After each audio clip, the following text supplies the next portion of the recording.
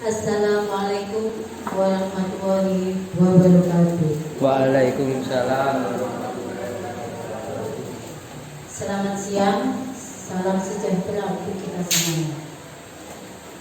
Yang terhormat Ibu Hari Kristiani SPD selaku Kepala SD Kejayaan, yang saya hormati Bapak Ibu Guru beserta staf SD Kejayaan. Pertama-tama, marilah kita puji dan syukur kehadirat Allah Subhanahu wa Ta'ala yang telah melimpahkan rahmat dan karunia-Nya kepada kita, sehingga pada siang hari ini kita semua dapat berkumpul dalam acara diseminasi budaya positif di sekolah pada tanggal 12 Juni 2024 dalam keadaan sehat walafiat. Salawat serta salam senantiasa kita curahkan kepada Nabi Muhammad Sallallahu Alaihi Wasallam. Semoga kita termasuk umat yang mendapatkan syafaat di hari akhir. Amin amin ya rabbal alamin. Bapak dan Ibu yang saya hormati, perkenankanlah saya menyampaikan susunan acara pada siang hari ini. Yang pertama, pembukaan. Yang kedua, menyanyikan lagu Indonesia Raya. Yang ketiga, sambutan kepala sekolah. Yang keempat, inti. Yang kelima, penutup. Bapak dan Ibu yang saya hormati, menginjak acara yang kedua, yaitu menyanyikan lagu Indonesia Raya. Hadirin dimohon untuk berdiri.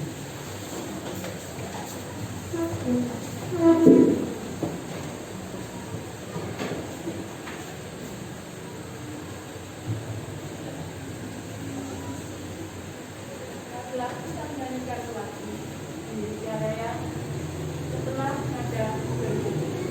Hiduplah Indonesia Raya. Indonesia tanah airku, tanah tumpah darahku. Di sanalah aku berdiri, jadi pandu hidup. Indonesia kebangsaanku, bangsa dan tanah airku. Marilah kita berseru, Indonesia bersatu.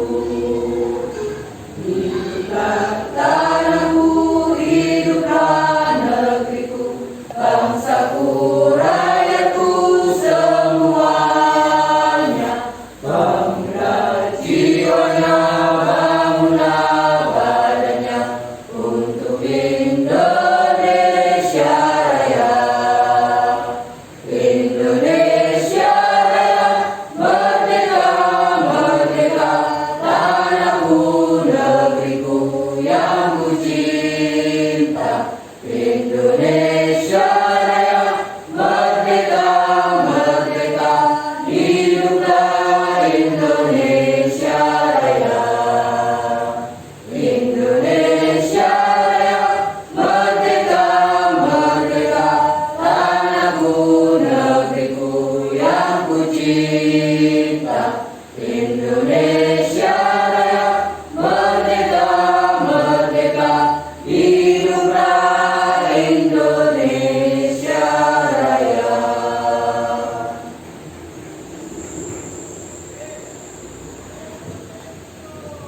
Terima kasih. Hadirin dimohon duduk kembali.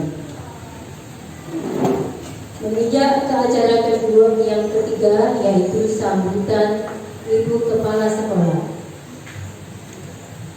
Untuk Bu Hari Kristiani SPD dipersilakan.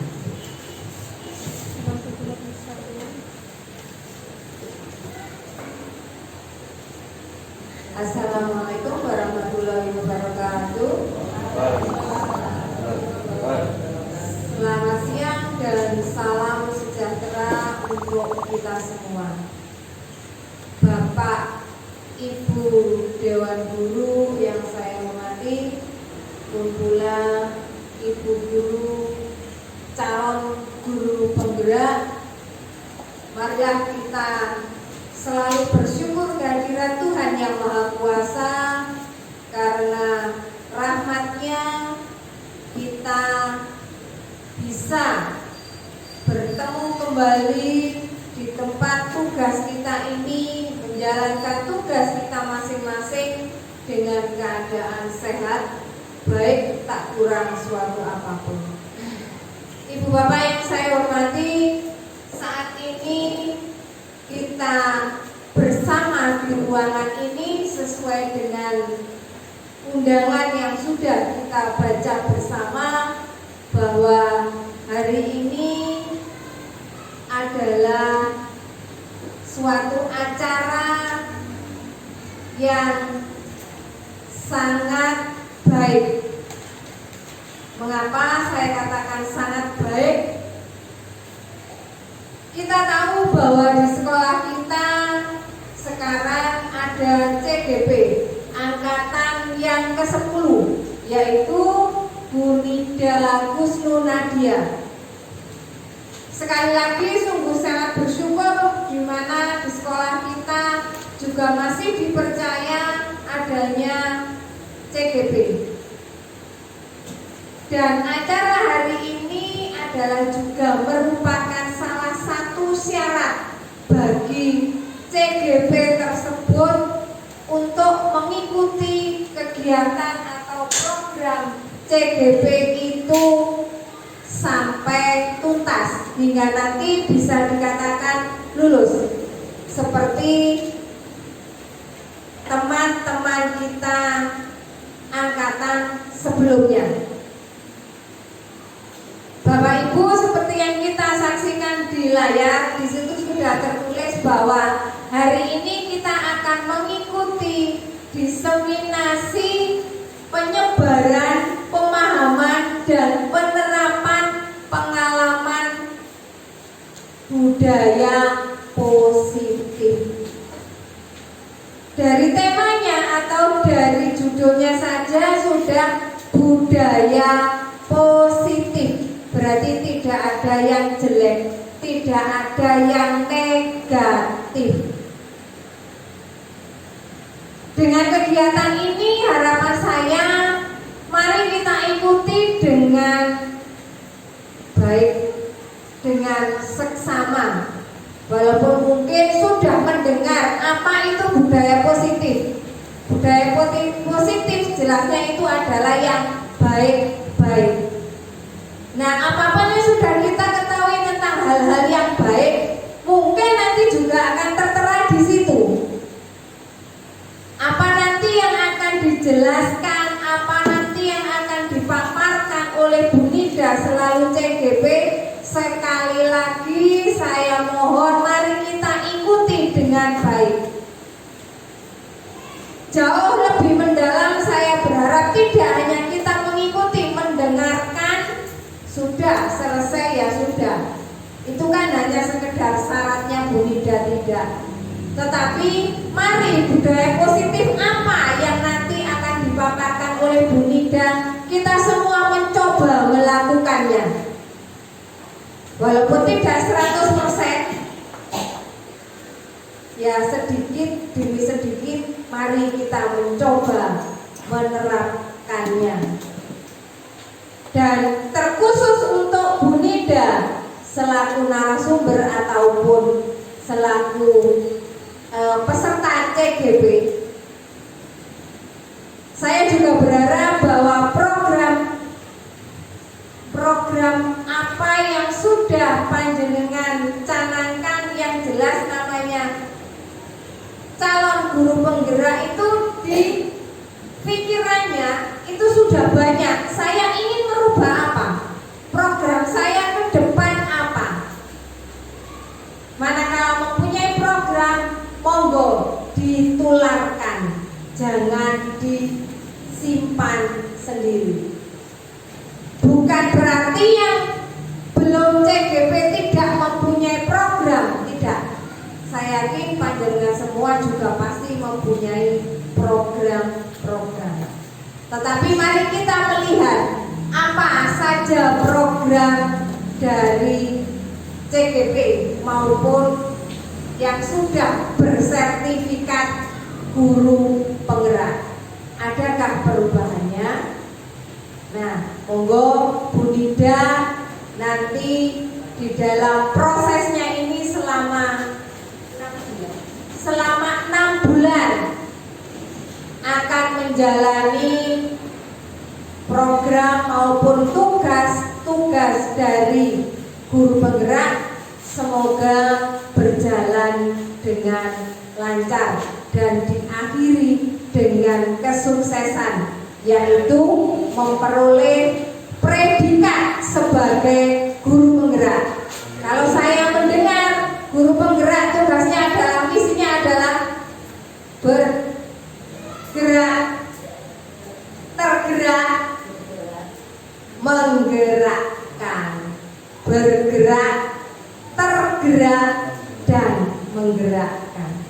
Bergerak berarti diawali dari dirinya sendiri. Tergerak juga demikian.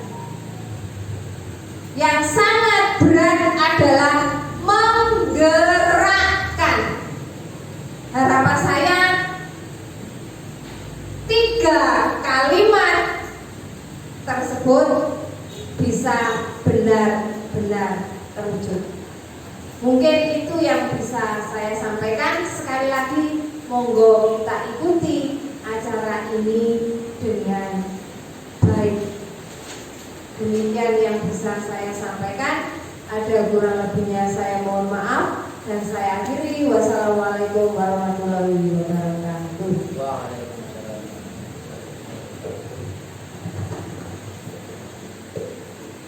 Acara yang keempat adalah inti yang akan disampaikan oleh Ibu Ida Husnul Nadia SPD. Kepada beliau kami persilakan.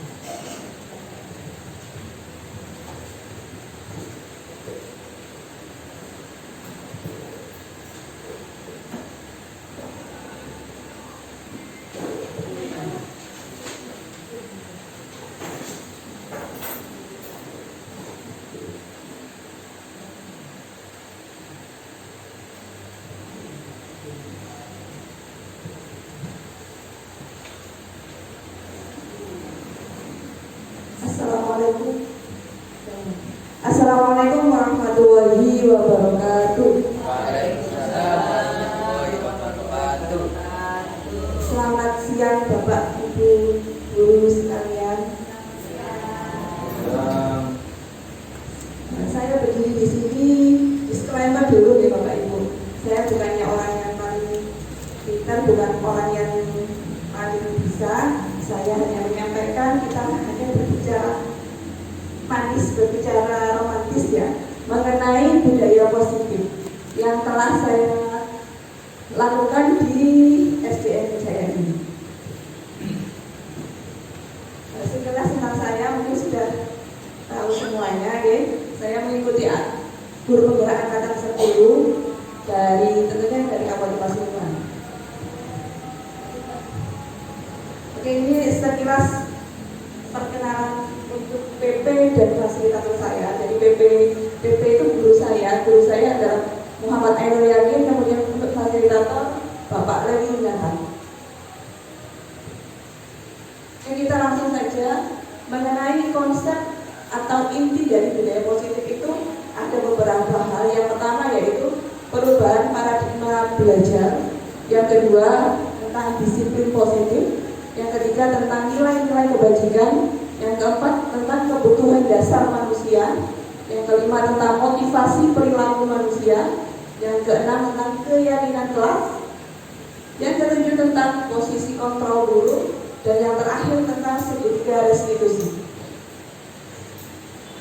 Untuk yang pertama, kita mengingat lagi tentang pembelajaran dengan paradigma baru. Jadi sekarang kita eranya era kurikulum merdeka ya. Jadi ada paradigma baru yang muncul di era seperti ini. Yang pertama tentang pembelajaran dengan paradigma baru, yaitu pembelajaran yang dirancang berdasarkan prinsip pembelajaran berdiferensiasi. Mungkin Bapak Ibu sudah sering dengar mengenai berdiferensiasi. Jadi berdiferensiasi itu adalah pembelajaran yang melihat dari kebutuhan siswa. Siswa butuh seperti apa. Berdiferensiasi itu ada 3, yaitu berdiferensiasi proses, kemudian berdiferensiasi hasil, dan yang pertama konten. Seperti itu. Selanjutnya kita masuk ke miskonsepsi tentang teori kontrol. Bapak Ibu ada yang mengetahui tentang kontrol nggak? Ada yang tahu tentang kontrol itu apa sih? Pengendalian. Pengendalian. Ya, Pengendalian. ya benar. Mengendalikan orang atau mengendalikan diri sendiri yang benar. Kita bisa mengendalikan orang lain atau kita bisa mengendalikan diri sendiri. Mana yang benar? Menurut Bapak Ibu? Semuanya benar. Diri sendiri. Ya, yang bisa kita kendalikan adalah diri kita sendiri. Kita tidak bisa mengendalikan orang lain, karena orang lain punya kontrolnya terhadap dirinya sendiri. Seperti itu, masing-masing. Teori yang pertama yaitu ilusi. Ilusi berarti sesuatu yang kita angan-angankan saja ya Bapak Ibu ya. Yaitu ilusi pertama tentang guru itu bisa mengontrol murid. Jadi murid yang pintar bisa kita kontrol. Nilai dari murid bisa kita kontrol. Itu adalah satu ilusi. Yang kedua, ilusi bahwa semua penguatan positif, efektif, dan bermanfaat. Penguatan positif ini seperti pemberian reward, pemberian hadiah. Kalau kita biasa memberikan hadiah, biasanya murid kita bisa senang sama kita. Apakah benar seperti itu Bapak Ibu? Benar Pak? Tergantung. Ada yang galak ya. Mungkin ada satu murid yang suka diberikan hadiah, tapi ada yang biasa saja. Ada yang nggak suka diberikan hadiah. Seperti itu. Tergantung dari masing-masing murid sebenarnya. Yang kedua yaitu tentang ilusi bahwa kritik dan membuat rasa bersalah mampu menguatkan karakter. Jadi maksudnya ini apa? Yaitu kalau kita sering memarahi, memberikan kritik-kritik negatif pada murid, anak bisa nurut sama guru. Iya apa tidak? Tidak. Ya. Jadi kalau anak sering diberikan kritik negatif, itu akan berdampak pada diri anak sendiri. Ya. Jadi mereka akan punya yang namanya rasa bersalah. Aku kok salah terus, aku kok berbina disini ibu guru, seperti itu ya. Saya punya satu cerita, Bapak Ibu. Saya dulu ketika SMP mempunyai satu guru. Namanya, saya ingat sampai sekarang. Namanya Bu Sri. Bukan Bu Sri. Bu Sri ya. Benar, namanya Bu Sri, guru IPS. Setiap kita semua, jadi setiap murid-muridnya melakukan salah, misalkan ada beliau memberikan 10 soal, salah 2 soal, pasti dijiwit. Salah 2, tapi ceritanya 2. Kalau perempuan tidak ada, laki-laki ditahan. Hal itu benar apa tidak menurut Bapak Ibu? Tidak. Tidak ya. Sampai sekarang saya selalu teringat-ingat sama beliau. Saya dulu ketika salah mesti cewek ini sampai di sini tidak ada ini ya, saking seringnya dicewek. Apalagi kalau tidak mau kerja PR ya, semoga kita bukan seperti dulu ya, seperti itu, karena akan teringat selalu oleh muridnya, giling-giling terus sama saya, sama murid-murid semuanya seperti itu. Yang terakhir yaitu ilusi bahwa orang dewasa itu berhak memaksa.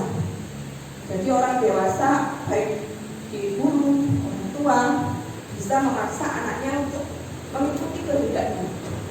Terus kamu hari ini belajar jam segini, nggak usah main HP. Mungkin 1-2 kali anak menurut. Tapi ketika anak mulai dewasa, dia punya pemikiran sendiri, dia akan memberontak. Ya.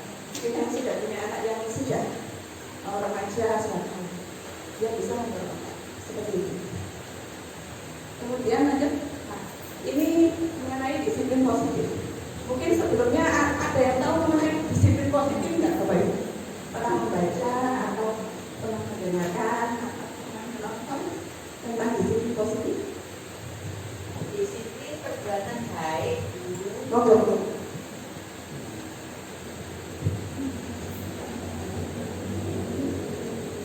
Disiplin positif menurut pengetahuan saya yaitu anak atau kita melakukan sesuatu yang kontinu atau berulang-ulang, tapi yang kita lakukan itu adalah perbuatan yang positif, perbuatan yang baik,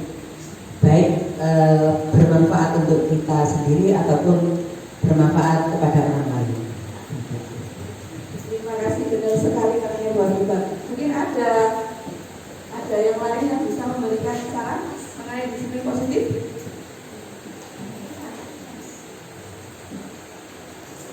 Tidak ada? Ada. Oke, benar. Disiplin positif itu asalnya dari kata disiplina, yang artinya adalah belajar. Jadi ada proses yaitu proses belajar. Ya.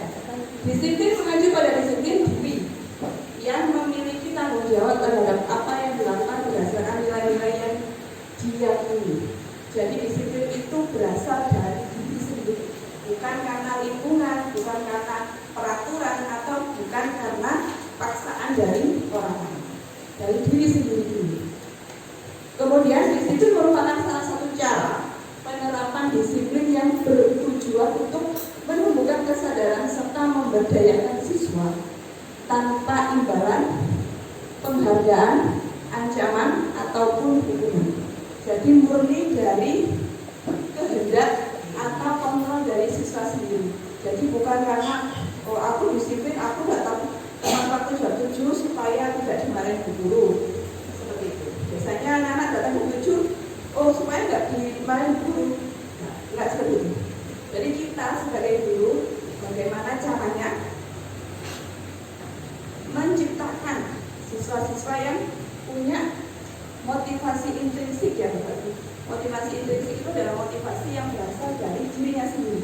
Jadi saya datang tepat waktu supaya saya bisa enjoy atau bisa mempersiapkan diri untuk menerima pelajaran. Seperti itu. Bukan karena aku datang pagi, aku datang on time supaya tidak dimarahin guru, tidak kasih hukuman sama guru. Seperti itu ya. Jadi murni dari kesadaran pribadi. Ya, ini mengenai motivasi perilaku manusia. Yang pertama, untuk menghindari ketidaknyamanan atau hukuman. Kira-kira menurut Bapak Ibu, ini merupakan motivasi apa? Untuk menghindari ketidaknyamanan atau hukuman. Motivasi ekstrinsik ya, dari luar. Jadi supaya tidak kena hukuman dari luar. Karena adanya hukuman. Jadi akhirnya dia motivasinya tidak kena hukuman. Itu motivasi ekstrinsik. Terus yang kedua, untuk mendapatkan imbalan juga termasuk motivasi ekstrinsik, karena ada iming-imingnya berupa imbalan atau berupa tadi supaya tidak kena hukuman. Kalau motivasi intrinsik adalah untuk menjadi orang yang mereka inginkan dan menghargai diri sendiri dengan nilai-nilai yang mereka percaya. Jadi mereka percaya kalau aku datang tepat waktu supaya aku bisa nyaman belajar, supaya aku bisa siap untuk menerima pelajaran. Seperti itu. Oke, kita lanjutkan dengan hukuman, konsekuensi, dan restitusi. Oke.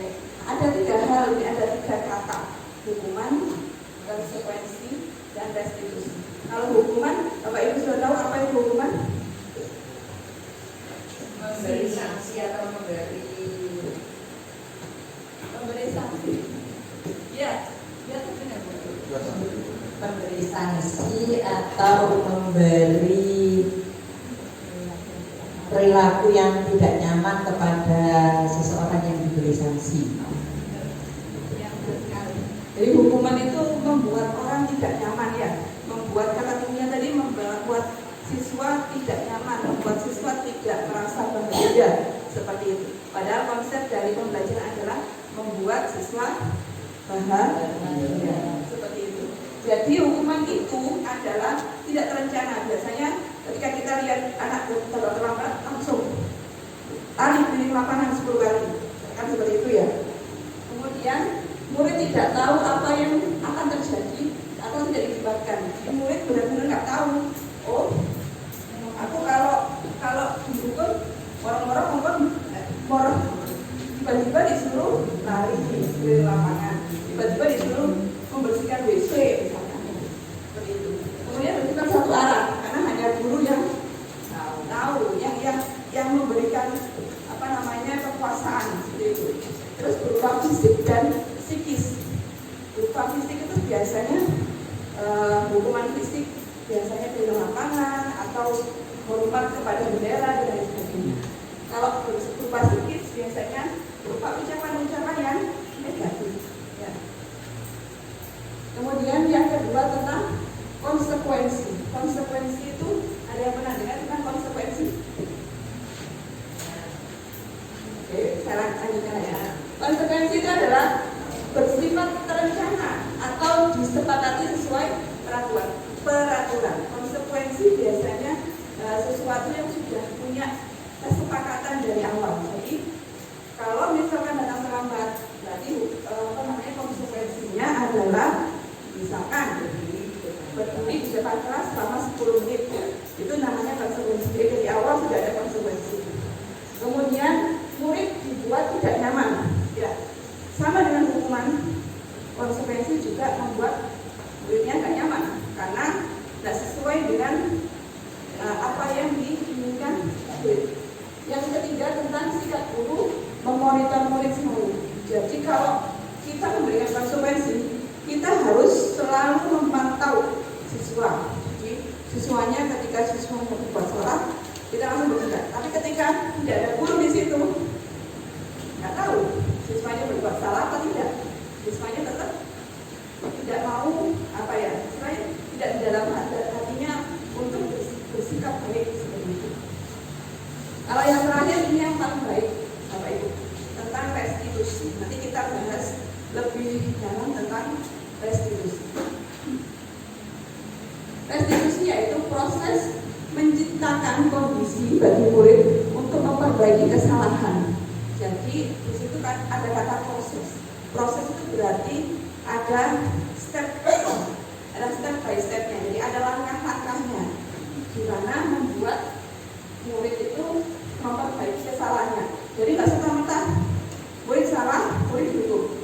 Jadi murid salah, murid bisa memperbaiki kesalahannya dan tidak akan mengulangi kesalahannya. Seperti itu. Kemudian kolaboratif mengajarkan murid untuk mencari solusi. Jadi di sini ada peran serta dari murid. Jadi tidak hanya guru atau tidak satu arah saja, tapi dua arah. Murid berperan, guru juga berperan. Seperti itu. Oke, kita menginjak kebutuhan dasar manusia. Sebagai manusia itu mempunyai kebutuhan. Kita nggak bisa memungkiri pasti ada yang kita butuhkan atau yang kita inginkan di dalam hidup ini. Mas Andi. Kebutuhan yang pertama tentang bertahan hidup. Ini yang pertama dan yang utama basic. Biasanya kita membutuhkan makan, pakaian sama tempat ya. Jadi kebutuhan pokok ya, kebutuhan pokok. Sandang, pangan dan papan itu yang paling utama yang kita butuhkan untuk bisa bertahan hidup. Ya. Kalau tidak ada itu tidak bisa bertahan kan ya. Ya tidak ada makanan kita tidak bisa bertahan, tidak ada pakaian kita tidak akan bisa bertahan. Dan selanjutnya tentang bertahan hidup itu juga tentang keamanan dan kesehatan. Kita tidak bisa memilih kita sebagai manusia bisa bertahan kalau ada keamanan dan kesehatan. Yang kedua tentang kasih sayang dan rasa diterima. Jadi kita selalu butuh yang namanya kasih sayang, baik itu dari keluarga, dari lingkungan, dari teman, dari pacar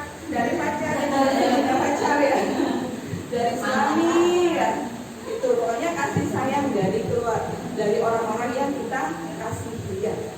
Nah, kasih sayang ini bisa berupa rasa diterima, kemudian diperdulikan ya. kemudian bisa saling berbagi, kemudian kerjasama dan bagian dari suatu komunitas atau kelompok kayak gitu. Kemudian yang ketiga tentang penguasaan atau power. Power ini bisa yaitu salah satunya yaitu harga diri. Semua orang pasti punya namanya harga diri. Apalagi kalau misalkan saya sama adik saya istilahnya tidak sopan sama saya. Nanti saya akan marah ya, karena saya merasa harga diri saya dilangkahi seperti itu. Kemudian keinginan untuk dianggap, memimpin, berprestasi, diakui dan didengar. Itu adalah penguasaan atau power. Kebutuhan yang ketiga. Kebutuhan yang keempat yaitu kebebasan atau freedom. Semuanya pasti pengen bebas ya. Apalagi yang mungkin yang masih belum nikah, biasanya pengen bebas dan diatur sama orang lain seperti itu. Yaitu kebebasan itu sikap mandiri, memiliki pilihan, mencoba hal baru, mampu mengendalikan arah diri. Jadi bebas untuk menentukan semua pilihan yang sesuai dengan keinginannya. Kemudian yang terakhir adalah kebahagiaan. Salah ya. Ya, kebebasan tapi kebahagiaan. Smile. Kebahagiaan itu adalah mungkin bisa berarti kita bisa bermain sepuas hati kita. Bermain dalam artian bukan main game, bukan. Mungkin bermain mengikuti hobi, mengerjakan hobi dan lain sebagainya. Kemudian humor, antusiasme dan tertawa. Oke. Nah, sekarang kita masuk ke nilai-nilai kebajikan. Di sini ada daftar tabel nilai-nilai kebajikan. Namanya nilai kebajikan dari yang bersifat baik, berupa kebaikan yang perlu kita lakukan ya. Andai saja tabel ini kita perbesar, kita print di kelas, pasti akan setidaknya memberikan dampak bagi siswa siswi. Jadi banyak sekali kebutuhan nilai kebajikan. Mungkin dari Bapak Ibu ada nggak tiga dari nilai kebajikan yang paling mengena bagi Bapak Ibu? Siapa yang memberikan? Yang paling mengena? Ya. Mungkin Bu ini dipilih tiga saja nilai yang paling mengena menurut Bu itu ini yang paling krusial, yang paling harus dimiliki.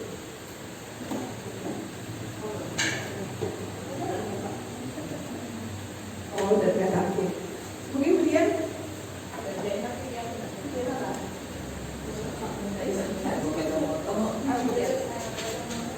tiga saja, pilih tiga saja. Nilai-nilai kebajikan yang harus ada pada diri saya yaitu tanggung jawab, peduli, dan rajin. Luar biasa ya. Tanggung jawab, peduli, dan rajin berperan. Berarti memang seorang guru yang baik sekali, punya tanggung jawab, peduli sama siswa-siswa, kemudian rajin, luar biasa. Mungkin ada lagi yang memberikan saran?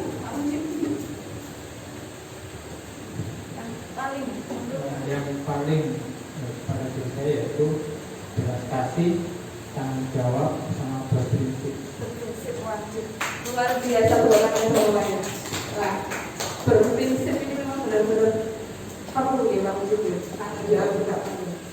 Nah, seperti itu. Jadi, andai saja kita bisa mempunyai nilai kebajikan minimal 3 saja. Kalau saya ya Pak, saya lebih condong ke kejujuran, bersahaja, dan kebahagiaan. Itu yang menurut saya paling baik, yang menggambarkan diri saya seperti itu. Oke, sekarang ini materi inti dari kegiatan destinasi kali ini yaitu pembentukan keyakinan kelas. Jadi keyakinan kelas itu adalah pengganti terbaik dari peraturan kelas. Mungkin kita selalu di kelas pasti ada namanya peraturan. Peraturan itu dibuat oleh guru ya. Jadi siswa tidak ikut andil dalam menentukan peraturan kelas. Tapi kalau keyakinan kelas dibentuk bersama guru dan bersama siswa. Kayak gitu. Yang pertama, sifat dari keyakinan kelas yaitu bersifat abstrak. Kemudian berupa pernyataan universal. Berupa pernyataan universal ini adalah menyeluruh. Kemudian dibuat dalam pernyataan positif. Jadi dibuat dalam kalimat positif. Kita tidak lagi menggunakan kata tidak, jangan, dan dilarang. Misalkan contoh, tidak boleh datang terlambat. Kita ganti menjadi kalimat positif. Jambi tepat sila. Datang tepat waktu, seperti itu. Tidak membuang sampah sembarangan. Kita ubah menjadi kalimat positif. Buanglah sampah pada tempatnya. Cepat sekali. Buanglah sampah pada tempatnya. Seperti itu. Jadi tidak menggunakan kata jangan, dilarang, dan tidak. Kita menggunakan kalimat positif. Yang ketiga, yang keempat yaitu sedikit saja agar mudah diingat. Jadi tidak perlu buangnya 1 sampai 50. Cukup yang kira-kira normalnya 5 sampai 7. 5 sampai 7 keyakinan kelasnya. 1 sampai 50 bingung kan ya anak-anak ya. Seperti di sini.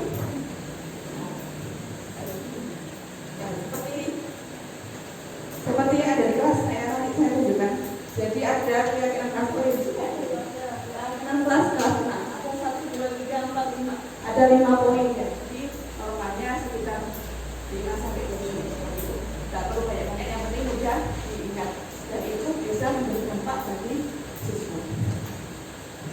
Terus yang sesuai kondisi kelas. Jadi kita harus sesuaikan dengan kondisi kelas. Mungkin di antara kelas 5 dan kelas 6 itu akan berbeda. Ya, dari kelas 5 sama kelas 6 tentunya berbeda. Kelas 1 mungkin selalu mendengarkan penjelasan dari Bapak Ibu. Seperti itu ya. Kalau kelas 5 beda dengan kelas. Kemudian melibatkan seluruh warga sekolah atau warga kelas. Kalau keyakinan kelas berarti kita melibatkan seluruh warga kelas. Tapi kalau keyakinan sekolah kita melibatkan seluruh warga sekolah. Nah, ini salah satu contoh bagaimana cara membentuk keyakinan kelas di kelasnya. Jadi pertama ada pertanyaan pemantik. Buat apa? Misalkan pertanyaan pemantiknya seperti ini.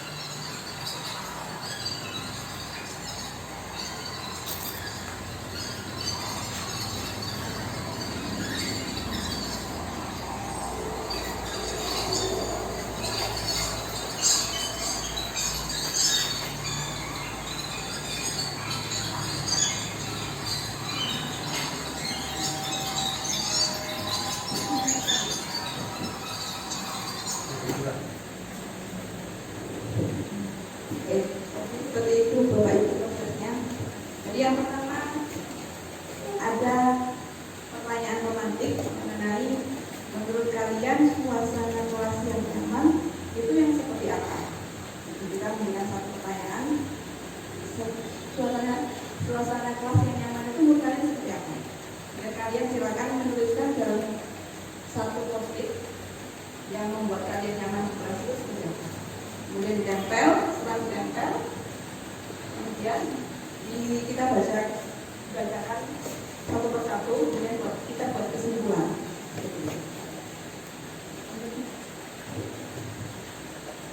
Ya, kita akan mengenai 5 posisi kontrol dari guru. Jadi yang pertama yaitu posisi kontrol memberi hukuman. Mohon maaf salah ya, memberi hukuman. Jadi posisi kontrol yang pertama adalah memberi hukuman.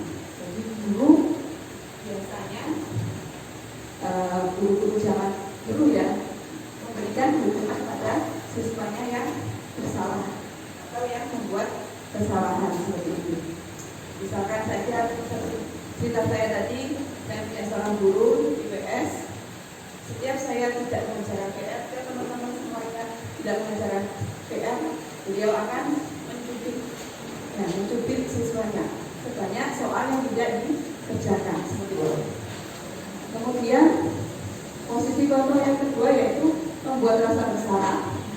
Kemudian posisi kontrol yang ketiga teman, yang keempat adalah pemantau, yang terakhir adalah manajer.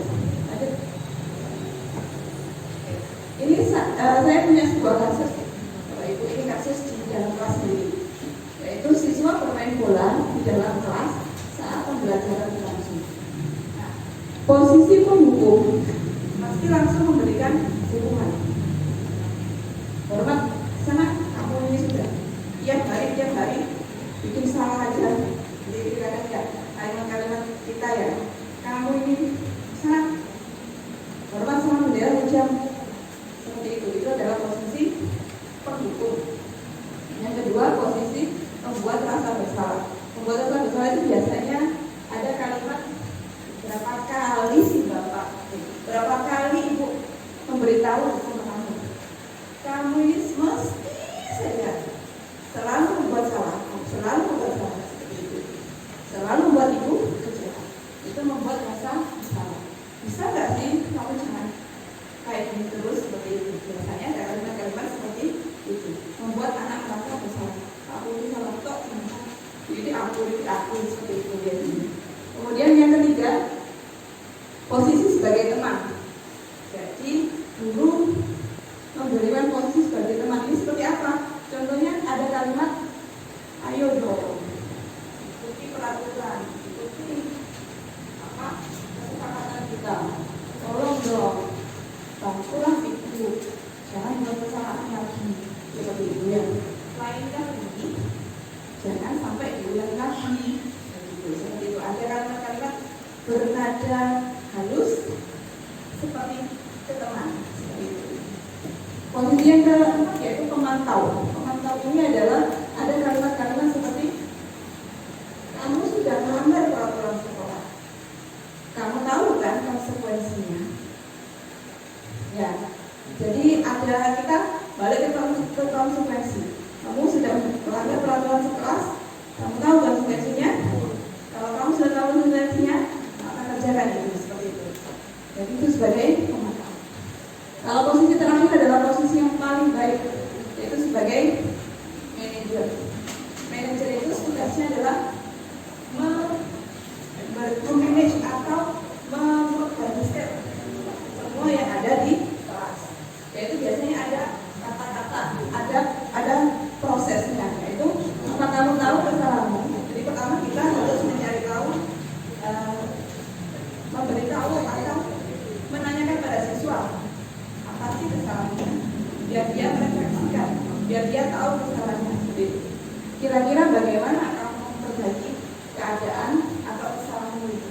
Jadi kita menanyakan solusinya apa sih kalau mereka sudah berbuat salah, solusi yang baik menurut mereka apa, seperti itu. Kita langsung masuk ke materi terakhir tentang segitiga restitusi, yaitu tadi segitiga restitusi itu adalah suatu dialog. Berarti ada proses tanya jawab di situ, ada proses bincang-bincang yang dijalankan oleh guru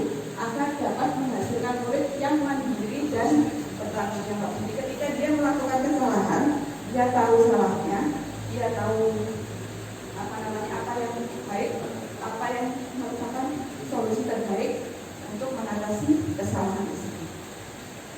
Segitiga restitusi itu ada proses-prosesnya.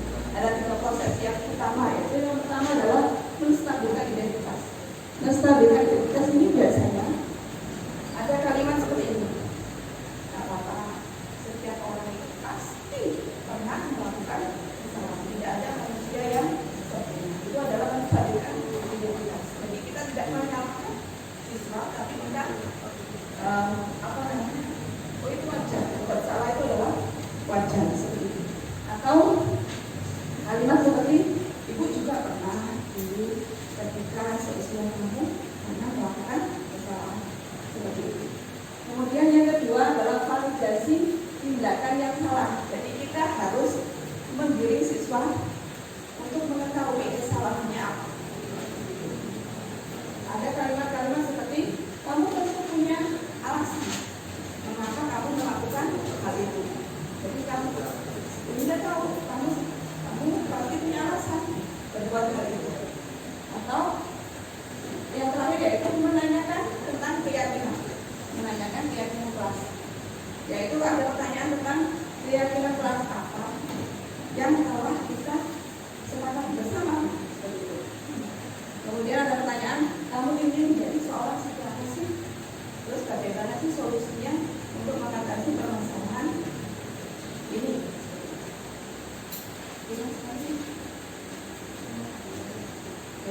Menstabilkan identitas ini adalah berdasarkan prinsip membuat kesalahan adalah bagian dari suatu pembelajaran. Jadi ada beberapa kalimat, yaitu yang pertama,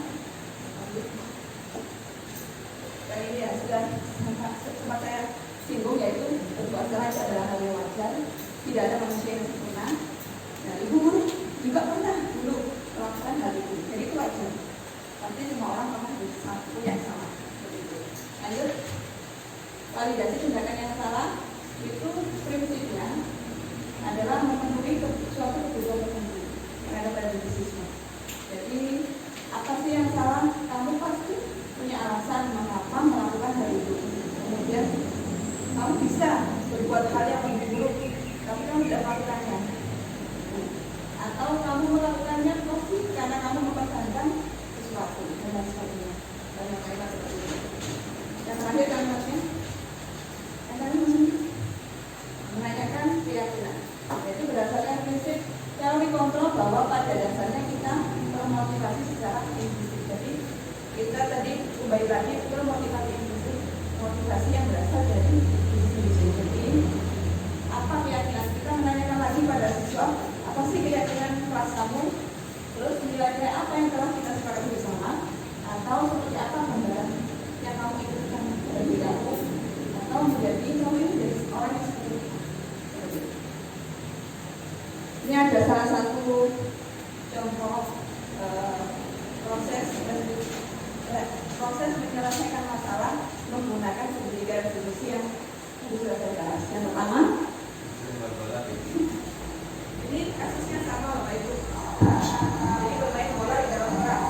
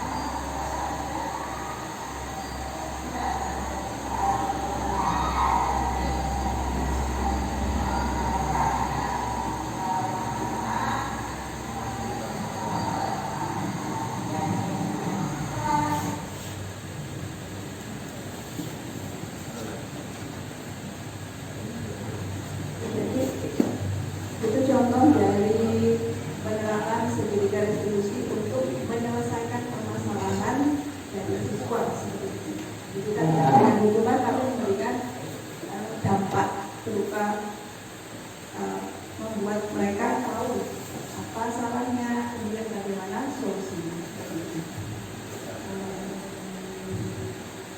Untuk sekian presentasi dari saya, mungkin dari Bapak Ibu ada yang bertanya atau memberikan saran, monggo.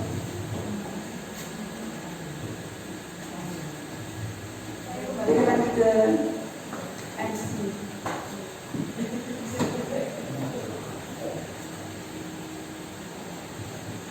Terima kasih atas kejawabannya. Serangkaian pembicaraan yang telah kita lalui. Berikutnya adalah acara penutup yang akan disampaikan oleh teman kita. Sebelum saya tutup, saya sebagai pembawa acara pada siang hari ini mohon maaf jika ada salah kata dan perbuatan. Saya akhiri. Wassalamualaikum warahmatullahi wabarakatuh.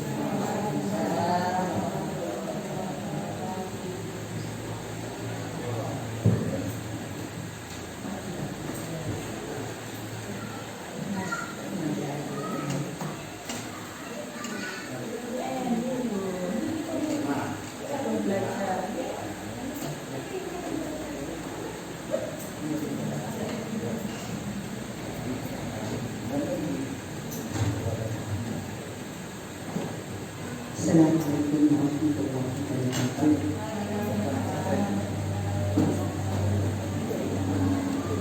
Marilah kita berdoa sesuai dengan agama kita masing-masing. Bismillahirrahmanirrahim. Alhamdulillahirabbil alamin. Hamdan yuwafi ni'amahu wa yukafi mazidah. Ya Rabbana lakal hamdu kama yanbaghi li jalali wajhika wa 'azimi sultanik.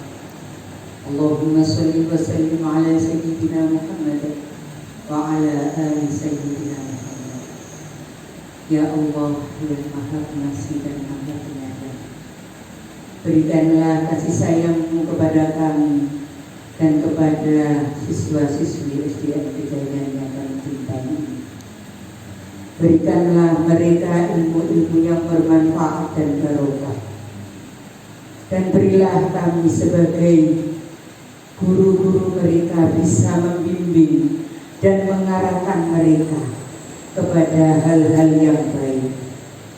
Dan berikanlah petunjuk kepada kami yang bisa mengoreksi diri kita sendiri dari kelakuan-kelakuan yang kita lakukan setiap hari.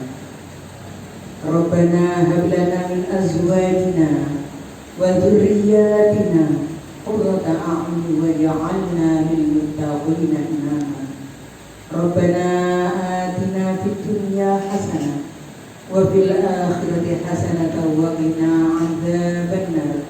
Subhana rabbika rabbil izzati 'amma yasifun wa salamun 'alal mursalin walhamdulillahi rabbil alamin. Bismillahirrahmanirrahim.